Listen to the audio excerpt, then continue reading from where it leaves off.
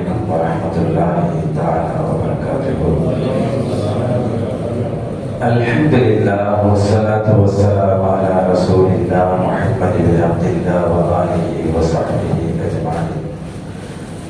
புகழ் அனைத்தும் அல்லாஹ் ஒருவனுக்கு, சலாத்தும் சலாமும் கர்மதி முஹம்மது ரசூலுல்லாஹி ஸல்லல்லாஹு அலைஹி வஸல்லம் அவர்களின் மீதும், அவர்களுடைய வாழ்க்கையை தங்கள் வாழ்க்கையாக்கி கொண்ட நல்லோர்கள், நாதாக்கள், நாம் நம் குடும்பத்தினர்கள் அனைவர்கள் மீதும் நிறைவாக நிகழட்டுமாக.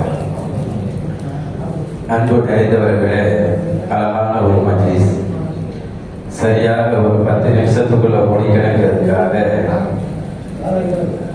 அவங்களுடைய வரலாறு ஒரு 10 நிமிஷத்துல முடிக்க முடியாது என்று தெரிந்தும் கூட அதையெல்லாம் நாங்கள் புக்கில் எழுதிட்டோம். நீங்கள் சுருக்கமாக ஒரு 2 விஷயத்தை பேசுங்கன்னு ஆசிரியர் நண்பர் அப்துல் ரஹ்மான் ஹசரத் அவர்கள் சொன்னதுக்கு ஏற்ப ஒரு சில விஷயம். காஞ்சிபுரத்தில் இன்னைக்கும் மிக சிறப்பான சாதனையான வாழ்க்கையை வாழ்ந்து கொண்டிருக்கக்கூடிய மகான் ஹபீது வலியுல்லாஹ். வைஜாப்பூர்ல புறப்பட்டு காஞ்சிபுரம் வரும்போது அங்கே இருந்த மத துவேஷம், அனாச்சாரம், சமயங்கள் என்பது எல்லா இடத்திலும் இருக்கும், அதுக்கு பிரச்சனை இல்லை. சமயத்தின் பேரில் இருந்த அனாச்சாரங்கள் காஞ்சிபுரத்தில் ரொம்ப. பழைய கால கோயில்களை எடுத்தோம்னா கும்பகோணத்துல நிறைய சொல்லுவாங்க, அதே மாதிரி குரு பயிற்சி கோயில்களை சொல்லுவாங்க, அது மாதிரி காமாட்சி கோயிலையும் முக்கியமா சொல்லுவாங்க. எந்த அளவுக்கு மக்கள் நம்பி இருந்தாங்கன்னா, அந்த காலத்துல காமாட்சிக்கு ஒவ்வொரு ஆளையும் ஒரு நாள் பலி கொடுக்கணும், அப்படி ஒரு நம்பிக்கை. மகானவர்கள் காஞ்சிபுரத்துக்குள் நுழைகின்ற போது ஹபீது வலியுல்லாஹ் அவங்களையும் தூக்கி உள்ள போட்டாங்க. எப்படி பாருங்க, யாருக்கு? யாரு? ஷைத்தானுக்கு. இறைநேசர்களுக்கு முன்னால் ஷைத்தான் ஒரு சேட்டையும் பண்ண முடியாது. எப்படிப்பட்ட சேட்டைகளையும் அடக்கிற ஆற்றலை அல்லாஹ் வழிமார்களுக்கு தந்திருக்கிறான். ரசூல் ஸல்லல்லாஹு அலைஹி வஸல்லம் தன்னுடைய தேவைக்காக அம்மார்கள் எல்லாம் போய் தண்ணி எடுத்துட்டு வாங்கன்னு சொன்னாங்க. போன இடத்துல தண்ணி எடுக்க விடாம ஒரு ஷைத்தான் சேட்டை பண்ணானா. யாரு? அம்மார்கள் இல்லாம பயங்கரமான ஆயுதங்கள்லாம் போட்டு வச்சிருந்தான். உடனே அவன் யாருல இவங்க பார்த்துக்கல, எனக்கு தேவை ரசூல் தண்ணி கேட்டுட்டாங்க, உடனே எடுத்துக்கிட்டு போகணும், என்ன செய்யறது? அவனோட ஒரு சண்டை தான், சண்டை போட்டு அவனை சாட்சிட்டு தண்ணி எடுத்துக்கிட்டு வந்துட்டாங்க. வந்ததுக்கு அப்புறம் முஹம்மது ரசூல் ஸல்லல்லாஹு அலைஹி வஸல்லம் சொன்னாங்க, நீங்க யார்கிட்ட மோதிட்டு வந்து தெரியுமா? யாரு தெரியுமாங்க அப்படின்னு கேட்டு சொன்னாங்க, ஓ ஷைத்தான், அவன் ஷைத்தான் அப்படின்னு சொன்னாங்களாம். அது அப்ப ரசூல் ஸல்லல்லாஹு அலைஹி வஸல்லம் அம்மார்களே சொன்னாங்க, தெரிஞ்சதா அவன் ஒரே கூட போட்டிருப்பேனேன்னு சொன்னாங்க. நம்மள எனக்கு ஓடிய போயிருப்பேனேன்னு சொல்லுவோம் இல்லையா? என்னடா ரசூல் ஸல்லல்லாஹு அலைஹி வஸல்லம் அவர்கள் தங்களுடைய மாணவர்களை, தோழர்களை எப்படிப்பட்ட ஒரு பயிற்சியோடு வளர்த்திருக்கிறாங்க, இல்லாத பயிற்சியில வளர்த்திருக்கிறாங்க. அது ரசூலை தொட்டக்காரம். ரசூலை தொட்டுட்டு அவங்க எங்க போனாலும் அந்த தடவுல பாக்கியம் அவங்க எதையை சாட்சிவாங்க. இந்த மாதிரி ஹபீது வலியுல்லாஹ் தூக்கி அவங்களையும் மடத்துக்குள்ள போட்டுட்டாங்க. அது அவங்களுடைய காமாட்சியினுடைய அறைக்குள்ள. காலையில வந்து காலியாக இருப்பான்னு பார்த்தா ஷேக் நாயகம் அப்படியே இருக்கிறாங்க, அதே மாதிரி இருக்கிறாங்க, ஒன்றும் நடக்கல. அப்ப எல்லாரும் சொன்னாங்களாம், உங்களை மட்டும் ஏன் சாப்பிடாம இருக்கு அப்படின்ட்டு.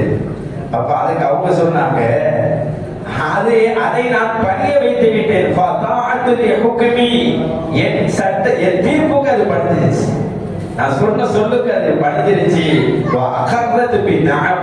ஆமாண்டு எங்க மண்டையாட்டிருச்சுடா செய்தான். செய்தான நான் சொல்ற அளவுக்கு ஆற்றல் யார்கிட்ட இருந்துச்சு? ஹபீது வலியுல்லாஹ்ட்ட இருந்துச்சு. இன்னைக்கும் காஞ்சிபுரம் போனா தவளேஸ்வரர் கோயில் குளம்னு ஒன்று இருக்கும். அந்த குளத்துல தவளைகள் நிறைஞ்சி இருக்கும்.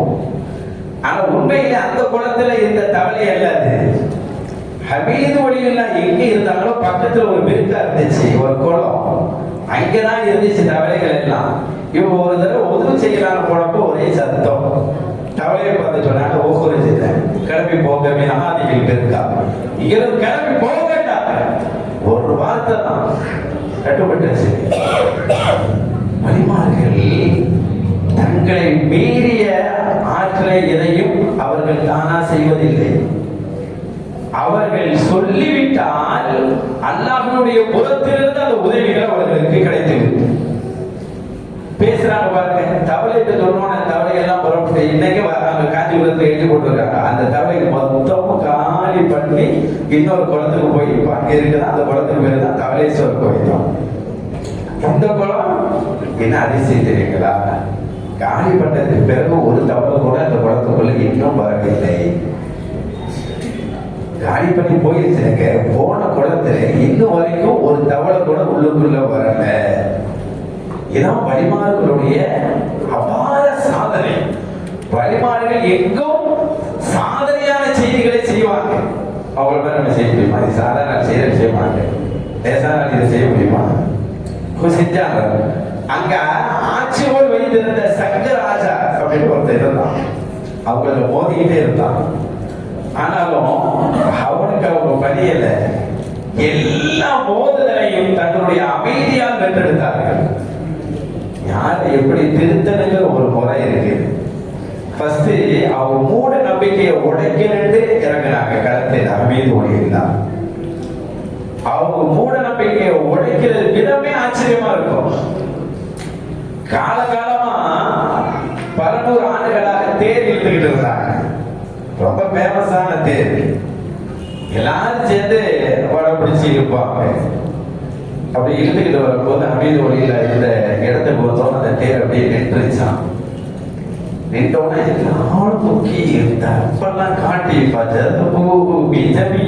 ஊத்தி எல்லா சக்தி ஒன்று திரட்டி விட்டு பிடிச்சி இரு ஜதுபத்தை சுத்தா பயங்கரமாக இருக்கிறார்கள். வல்லமையை திரட்டாங்க. கொஞ்சம் கூட அந்த இடத்துல போகல, அசையவே இல்லை. எதுக்கு இந்த தேர் அசைய மாட்டேங்கிறத யாருக்கும் புரியவும் இல்லை. ஆளுகளை பக்கத்துல இருந்து அங்கேருந்து கூட்டிக்கிட்டு வந்து தேரை பிடிச்சி இருந்து பார்க்கறாங்க. இழுக்கல. இங்க இழுக்காததுக்கு காரணம் நம்ம இல்லை, இங்க வாழ்ந்து கொண்டு இருக்கக்கூடிய இந்த சீரவிதான் காரணம் புரிஞ்சுக்க தெரியல. கடைசியா லாஸ்ட்ல தான் நம்மளுக்கு புத்தி வரும். அதே மாதிரி அவர்களுக்கு புத்தி வந்து கபீர் வழியாக வந்து சொன்னாங்களாம், தேர் ஓட மாட்டேங்குது, கொஞ்சம் உதவுங்கள் சொன்னப்ப, ஒன்றும் இல்லை, உங்களுக்கு தேர் ஓடணும்டா எனக்கு தர வேண்டிய மரியாதையை நீங்கள் கொடுக்க வேண்டும் என்று சொன்னார்.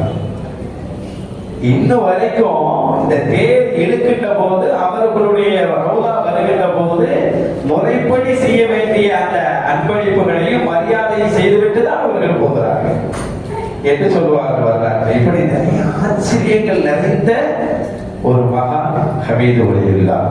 இன்னைக்கும் முஸ்லிம்கள் அவர்களுக்கு பின்னால் தான் காஞ்சிபுரத்துக்குள்ள இவ்வளவு படைசூழ போய் வாழ ஆரம்பித்தார்கள். ஈமானை இஸ்திகாமத்தாக நிலைநிறுத்துவதற்கு பெரும் காரணமாக இருந்தவர்கள் ஹமீது வலியுல்லா அவர்கள். அல்லாஹ் தஆலா எந்த நோக்கத்திற்காக அல்லாஹ்வுடைய இல்ஹாமால் நிஜாபூரிலிருந்து காஞ்சிபுரத்தை நோக்கி வந்தார்களோ அந்த நோக்கத்தை இன்னும் அந்த மக்கள் அனுபவித்துக் கொண்டிருக்கிறார்கள். அல்லாஹ் தஆலா அவர்களுடைய தௌஹீதையும் அவர்களுடைய ஈமானிய பலத்தையும் அல்லாஹ் தஆலா வாழுகின்ற அவர்களை நேசிக்கின்ற நம்மளுக்கும் அல்லாஹ் தந்தருள்வாராக. அந்த மகானுடைய பொருட்டினால் அல்லாஹ் தஆலா இந்த விழாவை எல்லாம் சிறப்புப்படுத்தி அவர்களோடு சோழத்தில் இருக்கிற பாக்கியத்தை அல்லாஹ் வழிமார்களோடு சேர்த்தருள்வாராக. ஆமீன். வல்ஹம்துலில்லாஹி.